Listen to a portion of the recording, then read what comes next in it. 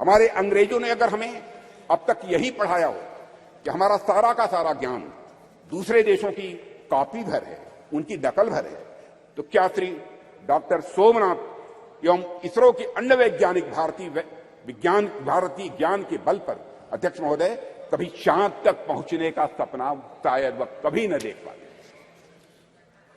अगर उन्हें इस बात का विश्वास हुआ, अगर उनके मन में संकल्प जगा, तो इसलिए कि उन्हें मालूम था कि उनके पूर्वज आर्यभट्ट थे, उनके पूर्वज वराहमिहिर थे, उन्हें मालूम था कि उनके पूर्वज भास्कराचार्य थे, उनके पूर्वज ब्रह्मगुप्त थे और उनके पूर्वज सवाई जय सिंह थे अध्यक्ष महोदय।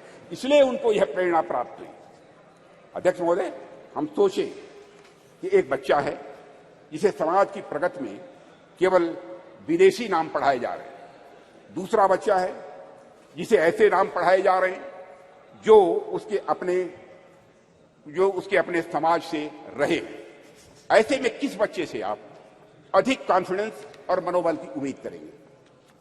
यह स्वाभाविक है अध्यक्ष महोदय कि वैसे तो मुझे बाहरी नामों से कोई इतराज नहीं है अध्यक्ष महोदय, ज्ञान विज्ञान में उनका भी महत्वपूर्ण योगदान है, यह भी मैं स्पष्ट करना चाहूंगा।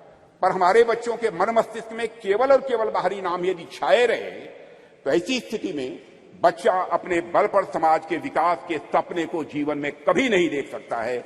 उसमें सपने भी आएंगे तो बाहर के समाज के विकास के ही सपने आएंगे।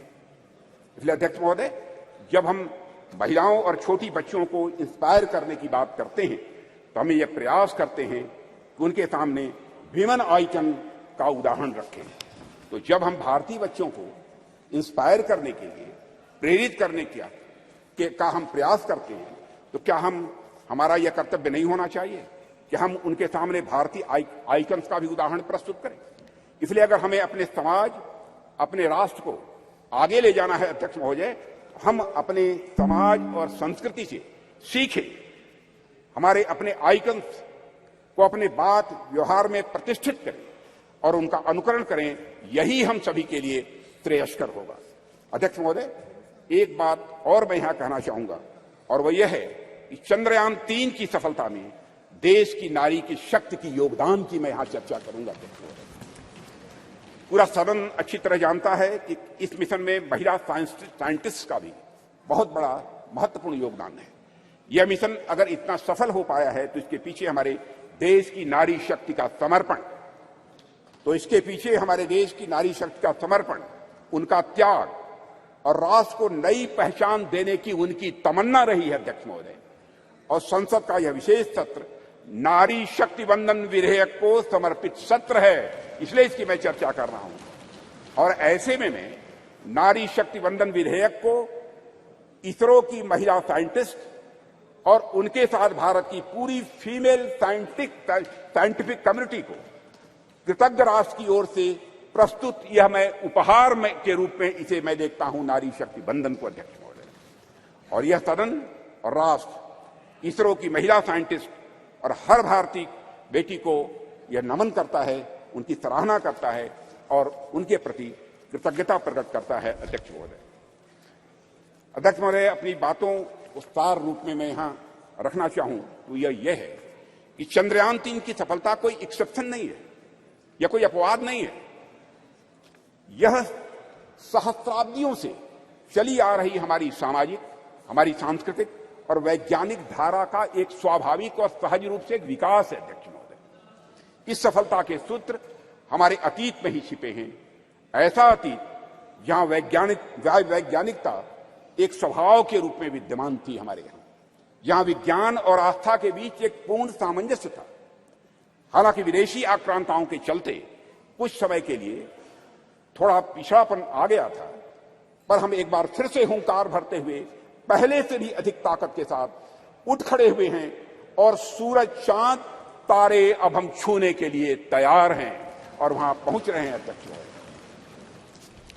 अध्यक्ष महोदय, जिस देश में बुद्धि के देवता श्री गणेश प्रथम पूज्य हों, ओम श्री गणेशाय बोलकर ही हम कोई काम प्रारंभ करते हैं, एवं विद्या की देवी सरस्वती प्रथम आराध्या हों, वह देश तो स्वाभाविक रूप से साइंटिफिक टेम्परामेंट को आत्मसात करते हुए सदैव एक नॉलेज सोसाइटी रहा है। हमारे यहां कहा गया है तेजस्विनावधीतमस्तु, यानी may what we study be representative, कि प्रार्थना करने वाले भारतीयों को सिर्फ चंद्रयान तक ही नहीं रुकना है अध्यक्ष महोदय, बल्कि उसके आगे जाना है। अभी अंतरिक्ष में अनेक लक्ष्य हमारा इंतजार कर रहे हैं। अभी हम भारतीयों को कई मानदंड यहां स्थापित करने हैं अध्यक्ष महोदय। अध्यक्ष महोदय, मैं अपने वैज्ञानिकों की कामयाबी की एक दो और चर्चा करके अपनी बात यहां समाप्त करना चाहूंगा। अध्यक्ष महोदय, भारत द्वारा हमारे वैज्ञानिकों का करिश्मा देखिए। भारत द्वारा अब तक लॉन्च किए गए 424 विदेशी उपग्रह, इनमें से 389 424 में से 389 आउट ऑफ 424 जितने भी हमारे विदेशी उपग्रह हैं, उसमें 389 प्रधानमंत्री श्री नरेंद्र मोदी के नेतृत्व वाली सरकार के पिछले 9 वर्षों में लॉन्च किए गए हैं अध्यक्ष महोदय। और विदेशी उपग्रहों के सफल प्रक्षेपण के साथ भारत का अंतरिक्ष क्षेत्र दुनिया में बहुत तेजी से एक प्रमुख स्थान हासिल कर रहा है। भारत द्वारा अब तक लॉन्च किए गए 424 विदेशी उपग्रहों में से 389 प्रधानमंत्री श्री नरेंद्र मोदी की नेतृत्व वाली सरकार के पिछले 9 वर्ष में लॉन्च किए गए थे।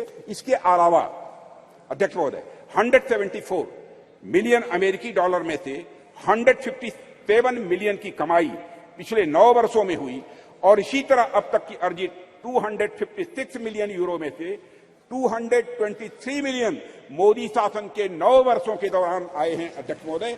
यह भी मैं सदन की जानकारी में यहां लाना चाहता हूं।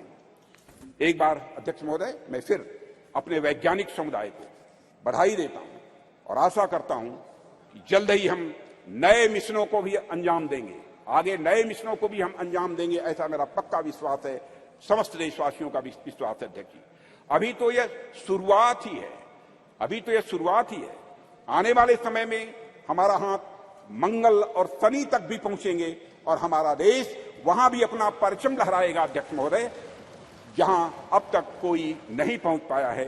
इन्हीं शब्दों के साथ मैं अपनी वाणी को विराम देता हूं और सदन की ओर से राष्ट्र के वैज्ञानिकों को नमन करता हूं अध्यक्ष महोदय। श्री शशि थरूर जी। Thank you very much, Honourable Speaker. I'm honoured, really, to stand before this House and to speak on behalf of my party on a matter of great pride for Indians everywhere in the world, the success of our lunar mission, Chandrayaan-3, and according to the topic you've given us in the revised list of business, success of Chandrayaan-3 mission and other achievements of our nation in the space sector. I think my respected friend, Sri Rajnath Singh, treated us to a lecture on a slightly different subject.